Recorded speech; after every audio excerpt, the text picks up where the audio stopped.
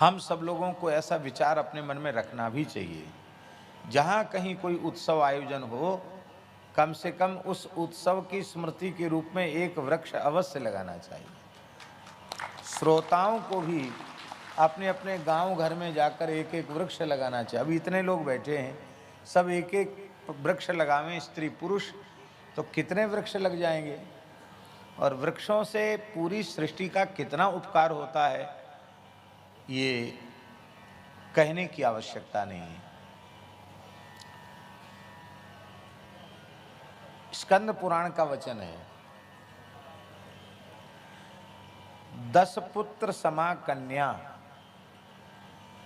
10 बेटों के बराबर एक बेटी होती है, 10 पुत्रों के समान एक कन्या होती है। जो लोग कहते हैं कि हमारे यहाँ स्त्रियों का आदर नहीं है, उनको वस्तुतः धर्मशास्त्र का बोध ही नहीं, उन्होंने कुछ देखा सुना ही नहीं। भारतीय सनातन संस्कृति में जैसा नारी जगत का आदर है, पूरे संसार में ऐसा कोई मत पंथ नहीं है जो इतना आदर नारियों को देता हो।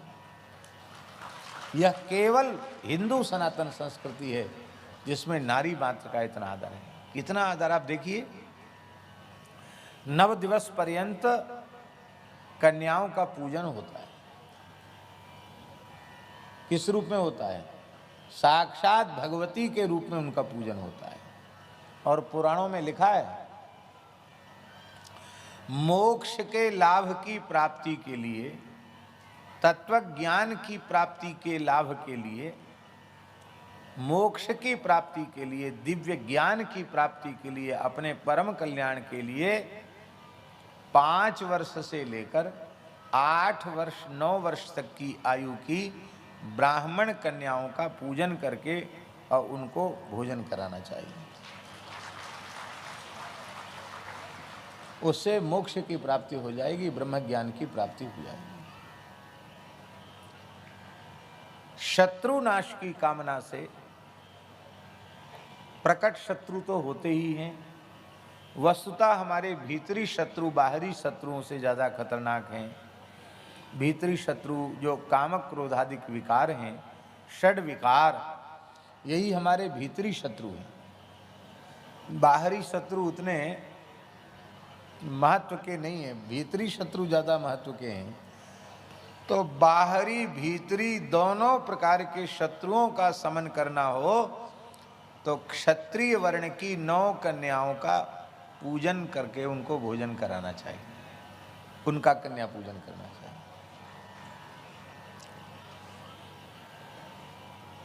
व्यापार में घाटा होता चला जा रहा है, कोई काम सफल नहीं हो रहा है, कोई धंधा सफल नहीं हो रहा है, कर्ज बढ़ता चला जा रहा है, तो वैश्य वर्ण की 5 वर्ष से लेकर 8-9 वर्ष तक की आयु की 9 कन्याओं का पूजन करके उन्हें भोजन कराया जाए, उनका पाद प्रक्षालन किया जाए, उनका आदर सत्कार किया जाए, तो धनाभाव की पूर्ति हो जाती, लक्ष्मी की कृपा प्राप्त हो जाती। दीर्घायुष्य की कामना से और ग्रहों के अरिष्ट के निरसन की कामना से, ग्रहारिष्ट की निवृत्ति के लिए शूद्र वर्ण की कन्याओं का भोजन कराने का विधान है। उन 9 कन्याओं का पूजन करके उनका आदर किया जाए, उनको भोजन कराया जाए।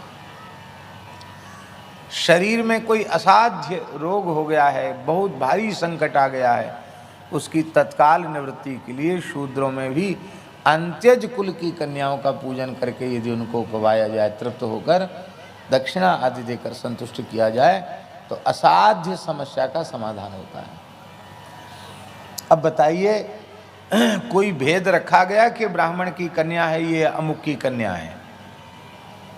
कन्या मात्र को भगवती का स्वरूप मानकर पूजन किया गया। विद्या समस्ता स्तव देवी भेदाः स्त्रियः समस्ताः सकला जगत्सु त्वयैकया पूरित मुंबई तत् काते स्तुति स्तव्य परा परोक्ति। सौभाग्यवतियों का पूजन भी करने की परंपरा है, वृद्धा माताओं के भी पूजन करने की परंपरा है, नारी मात्र के पूजन की परंपरा है। हमारे यहाँ कहते हैं, देहात में भी बिना पढ़े लिखे लोग कहते हैं 3 बेटी हो गई तो बोले चलो राम जी ने दया कर दी, 3 यज्ञ का पुण्य तो मिल जाएगा। क्या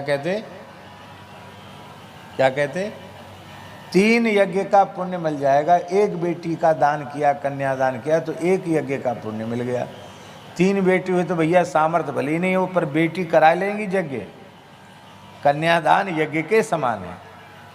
तो 3 बेटी हो गई तो 3 यज्ञ का पुण्य तो मिल जाएगा। ऐसी प्रसन्नता लोग करते। एक भी बेटी नहीं हुई तो ग्लानि करते कि हाय हाय, इस कन्यादान जैसे पवित्र यज्ञ का अवसर भगवान ने हमको नहीं दिया। तब अपने परिवार में से किसी बेटी को गोद लेकर पढ़ाते लिखाते और उसका विवाह करके पूरा खर्च करके कन्यादान करते। ये परंपरा हमारे यहाँ रही है। आप भाग्यशाली हैं। गंगा जमुना सरस्वती ललिता विशाखा राधा रानी जो मानो सो सब 3 देवी आपके यहाँ हैं, और अब लाला भी होगा। तो भगवान की बड़ी दया है। 10 कन्याओं का दान करने से 10 यज्ञ का पुण्य प्राप्त होता है।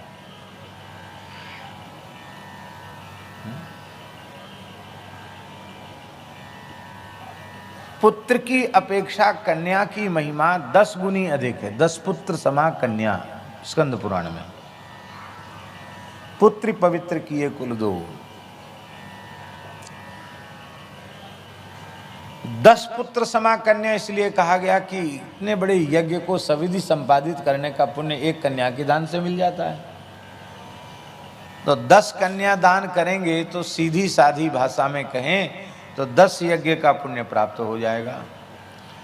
और 10 कन्या समो तरु, महर्षि व्यास कह रहे हैं स्कंद पुराण में, 10 कन्या 10 पुत्र समा कन्या, 10 पुत्रों के समान कन्या है।